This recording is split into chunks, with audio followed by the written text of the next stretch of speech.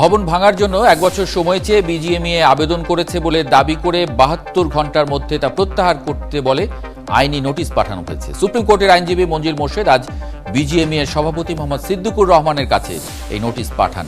সেখানে বলা হয়েছে 72 ঘন্টার মধ্যে বিজিএমইএ ওই আবেদন প্রত্যাহার না করলে আপিল বিভাগের নির্দেশ লঙ্ঘনের কারণে সভাপতির বিরুদ্ধে আদালত অবমাননার আবেদন করা হবে। আজ এই বিষয় নিয়ে কথা বলতে চাই। আমাদের সঙ্গে এই মুহূর্তে আলোচনায় যুক্ত হচ্ছেন বিজিএমইএ এর সভাপতি সিদ্দিকুর রহমান। আপনাকে স্বাগত জানাচ্ছি সংবাদ যোগে। আপনার মেয়াদে ভবন ভাঙার চূড়ান্ত রায় হয়েছে এবং এই রায় কার্যকরের জন্য আপনি আদালত থেকে 3 দফায় 2 বছরেরও বেশি সময় নিয়েছেন। আপনাদের কমিটির মেয়াদও 1.5 বছর বাড়িয়েছেন। আদালতে মুচলেখা দিয়ে আসার পরে বিজিএমইএ ভবন ছেড়ে দেবার পরে ভাঙার প্রাককালে আপনারা 1 বছরের সময় বাড়ানোর জন্য আবেদন করেছেন, যদিও আপনি বলেছেন গণমাধ্যমে যে সে আবেদনটি আপনারা করেননি। কে করলো তাহলে সেটি? ধন্যবাদ আপনাকে। এবং প্রশ্ন হলো যে আমি বিগত দিনগুলোতে সবসময় বলে আসছি যে কোনো বা আবেদন করার আমার কোনো সুযোগও নাই, কারণ আমি আদালতের কাছে, মহামান্য আদালতের কাছে সর্বশেষ যখন সময় চাই তখন মহামান্য আদালত আমাদের কাছ থেকে একটা মুচলেখা নিয়েছিল। সেই মুচলেখা দেওয়ার পরে 1 বছর সময় আমাদেরকে দিয়েছিল এবং আমরা বলেছিলাম সবসময় আপনাদেরকে যে আমরা এই 1 বছরের মধ্যে যেভাবেই হোক আমাদের নিজস্ব ভবনে চলে যাব। আমরা টেম্পোরারি অফিস করে গত 11 তারিখে আমি বিজিএমই ভবন থেকে বের হয়েছি, আর এই পর্যন্ত ওখানে যাইনি এবং ভবিষ্যতেও যাব না, কারণ আমরা আমাদের নতুন ভবনে অলরেডি 15 তারিখ থেকে অফিস করছি এবং আমরা সমস্ত কর্মকাণ্ড এখান থেকে পরিচালনার জন্য আমরা কাজ চালিয়ে যাচ্ছি। তো সেই ক্ষেত্রে আদালতে কে 1 বছরের সময় চাইলো এবং কিভাবে চাইলো সেই জিনিসটা আমি আদালতের কাছেই বলবো যে আপনারা খুঁজে বের করুন এবং তাকে আইনের আওতায় নিন। আমাকে শুধু নোটিশ পাঠিয়ে, যেটা এখনই আপনি বললেন, আমি আগে অবশ্য শুনিও নি যে আমাকে নোটিশ পাঠানো হয়েছে এবং নোটিশ আমি পাইও নি এখনো। তো আমাকে দেখতে হবে নোটিশে কি বলা হয়েছে, কি নামে বলা হয়েছে। যদি আমার নামে নোটিশ আসেও তাহলে আমি অবশ্যই যে নোটিশ দিয়েছে তাকে বলবো সে যেন নোটিশটা উইথড্র করে নিয়ে যায়, কারণ আমাদের কোনো রকমের কোনো ইচ্ছা নাই এই ভবনের জন্য 1 মিনিটও আর সময় বাড়িয়ে চাওয়ার। না, আপনি নোটিশ উইথড্র করার কথা বলছেন, কিন্তু আপনাকে নোটিশ দেওয়া হয়েছে 72 ঘন্টার মধ্যে এই নোটিশ উইথড্র করতে আদালত থেকে। হ্যাঁ, আপনি কি খোঁজ নিয়েছেন কারা প্যাড ব্যবহার করে, সিল ব্যবহার করে এই কাজটি করলো? এবং নোটিশ যেহেতু আপনাকে দেওয়া হয়েছে সভাপতি বরাবর সিদ্দিকুর রহমান, মঞ্জিল মোর্শেদ বলছেন যে নোটিশ তিনি আপনাকে দিয়েছেন, সুতরাং আপনি খোঁজ নিয়েছেন কিনা? 72 ঘন্টা তো পার হয়ে, মানে 24 ঘন্টা পার হয়ে গেছে। আমি এই জিনিসটা জানতেই পেরেছি অল্প একটু আগে। সো আমি এই জিনিস সম্বন্ধে কোনো কিছু আমি মিডিয়ার কাছ থেকে শুনেছি এবং এইমাত্র আপনি বললেন, আপনার সাংবাদিক ভাই বললেন। আমার কিন্তু এই জিনিস জানা নাই যে এখানে আদালতে 1 বছরের জন্য সময় চাওয়া হয়েছে। আমি অবশ্যই এটা কে করেছে না করেছে আমরা খোঁজ নিব, কিন্তু আদালতের কাছেও আমি জানতে চাই, নিশ্চয়ই আদালতে যে লোক জমা দিয়েছেন সে তো নিশ্চয়ই আদালত জানে, তাইলে তাকেই আমিও ধরবো এবং তারাও ধরুক যে কেন তারা দিয়েছে। আমি তো সবার সামনে বলেই যাচ্ছি দীর্ঘদিন ধরে। আপনি কাকে ধরবেন? কে জমা দিয়েছে? যে কোর্টে আমাকে খোঁজ নিতে হবে কে জমা দিয়েছে, বা লয়ারের মাধ্যমে আমাকে চেক করাইতে হবে যে কে জমা দিয়েছে, কারণ আমি তো জানি না কে জমা দিয়েছে। আচ্ছা, এই ঘটনা জানার পরে আপনারা প্রক্রিয়া শুরু করেছেন কিনা, কোনো আইনি প্রক্রিয়া? না, আমি তো শুনলামই একটু আগে। না, আপনি বলছিলেন যে লয়ারের মাধ্যমে খোঁজ নেবেন, খুব স্বাভাবিক। আপনি এটি শোনার পরে তো আপনার লয়ারের মাধ্যমে আপনি খোঁজ নেবেনই। হ্যাঁ, আমি খোঁজ নিব, অবশ্যই খোঁজ নিব। আমি কথা বলবো রাত্রে আপনার এই অনুষ্ঠানের পরে, অবশ্যই কথা বলবো। কিন্তু কোশ্চেন হলে আপনাকে একেবারে নিশ্চিত করতে চাই, জনগণকেও জানাইতে চাই আপনার মাধ্যমে, যে আমি যখন প্রথম রায়ে হেরে যাই আমরা একদম, তারপরে 2 দফা, প্রথমে 6 মাস, তারপরে 7 মাস সময় পাই আমরা। কিন্তু আপনাদেরকে আমরা তখনও বলেছি যে বিজিএমইর মতো একটা অফিস যেখানে সরকারের অনেকগুলো কাজ আমরা করি, এটা কোথাও ভাড়া নেওয়া সম্ভব না। তখন আমাকে মহামান্য আদালত মুসলেখা আমার কাছে চান এবং আমি মুসলেখা দিয়ে বলি যে 1 বছরের পরে আর আমি কোনো রকমের কোনো সময় বৃদ্ধি চাবো না। এই মুসলেখা দেওয়ার পরে আমি আদালতে কোনোভাবেই আমি কখনো আদালতকে অবমাননা করে কোনো কথা বলিও নি আজ পর্যন্ত।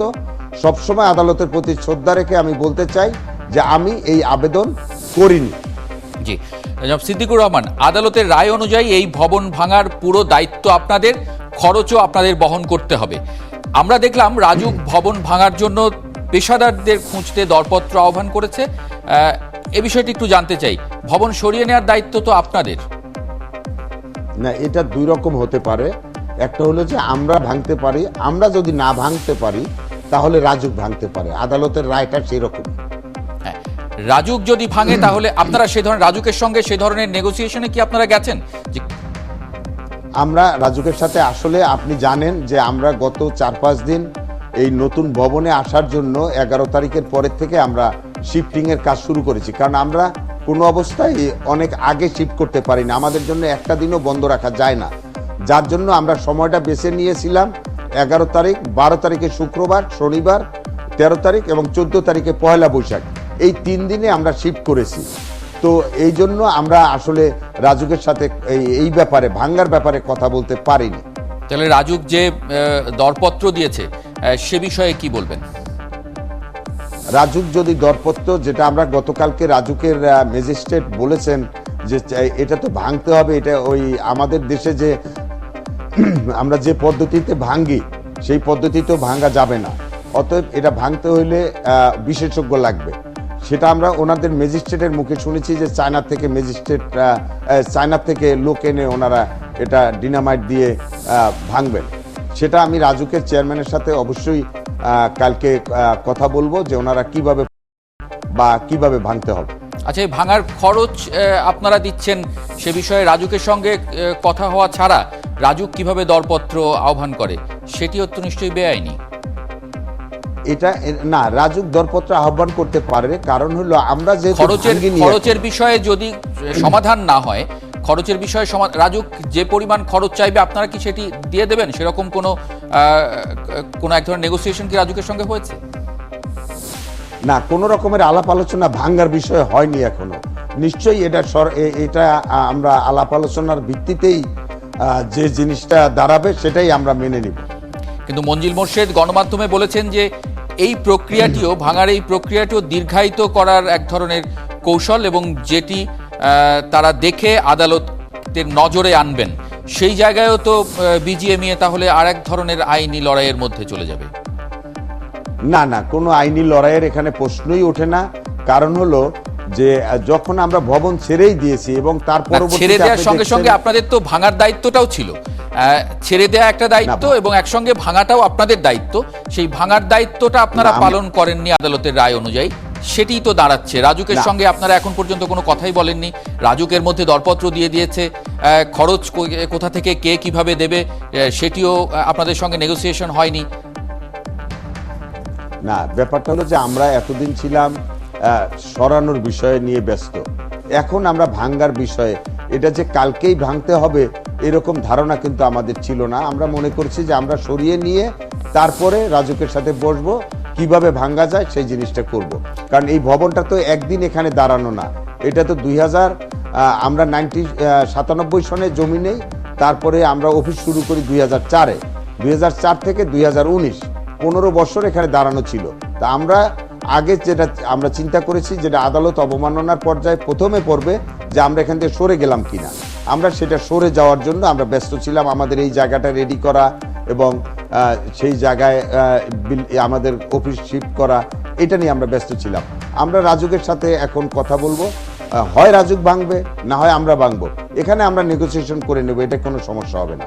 আচ্ছা, অ্যাকশন এইড গতকাল বলেছিল যে শ্রমিকদের বেতন বাড়লেও জীবনমানের কোনো উন্নতি হয়নি, আবার কারখানায় কর্ম পরিবেশের উন্নতি হলেও ঝুঁকি মোকাবেলায় গঠনমূলক কোনো পরিকল্পনা হয়নি। কি বলবেন আপনি? আপনি প্রায় 3.5 বছর সভাপতির দায়িত্বে ছিলেন। অ্যাকশন এইড যে কথাটা বলেছে, আমি তাদের সার্ভেটা দেখেছি, 200 জনের সাথে তারা কথা বলেছে এবং তারা বলেছেন যে তারা ফোনে এই কথাগুলো সার্ভেটা করেছে। তো ফোনের সার্ভেটা কতটা যুক্তিযুক্ত, এবং আমরা যেটা জানি, আমরা ব্যবসা করি, আমি নিজেও ব্যবসা করি, আমার নিজেরও প্রায় 30,000 শ্রমিক আছে। আমরা জানি বর্তমানে আমাদের শ্রমিকরা অবশ্যই ভালো অবস্থায় আছে এবং তারা প্রতি মাসে সেভ করতে পারে টাকা। সেইখানে আবার গত ডিসেম্বর থেকে আমরা বেতন বাড়িয়েছি, তারপরে আমাদের শ্রমিকদের জীবনমানের কোনো উন্নয়ন হয় একথা বাটা কিন্তু যুক্তিযুক্ত না। কারণ আমাদের ইনফ্লেশন কিন্তু মাত্র 5.5%। ইনফ্লেশন অনুযায়ী আমরা কিন্তু প্রতি বছর 5% হারে বেতন বৃদ্ধি করে আসছি। তো 5 তারপরে আবার 51% বেতন বৃদ্ধি করেছি একবারে। তারপরে জীবনমানের এখন জীবনমান যদি আমরা আপনার সাথে আর আমার একজন শ্রমিকের সাথে যদি তুলনা করি তাহলে তো হবে না, আর ইউরোপের সাথে যদি তারা জীবনমানের তুলনা করে তাও হবে না। আমাদের বাংলাদেশের যে অবস্থা আজ সেই অনুযায়ী আমি মনে করি আমাদের শ্রমিকরা অনেক ভালো অবস্থায় আছে এখন। জনাব সিদ্দিকুর রহমান, আপনাকে অনেক ধন্যবাদ আমাদের সঙ্গে যোগ দেবার জন্য।